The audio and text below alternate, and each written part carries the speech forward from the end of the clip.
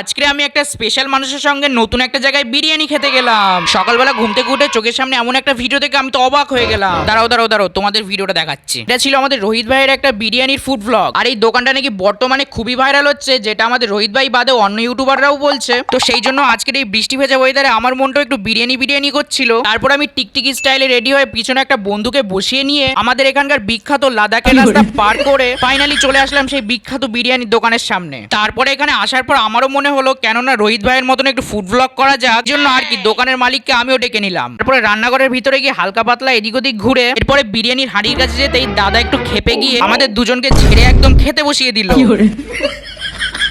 তারপরে আর কি যেহেতু ভিডিও করবো বলেছি সেহেতু একটু ফুড ব্লগার হওয়ার চেষ্টা করছিলাম। And yeah this biryani is very powerful and tasteful.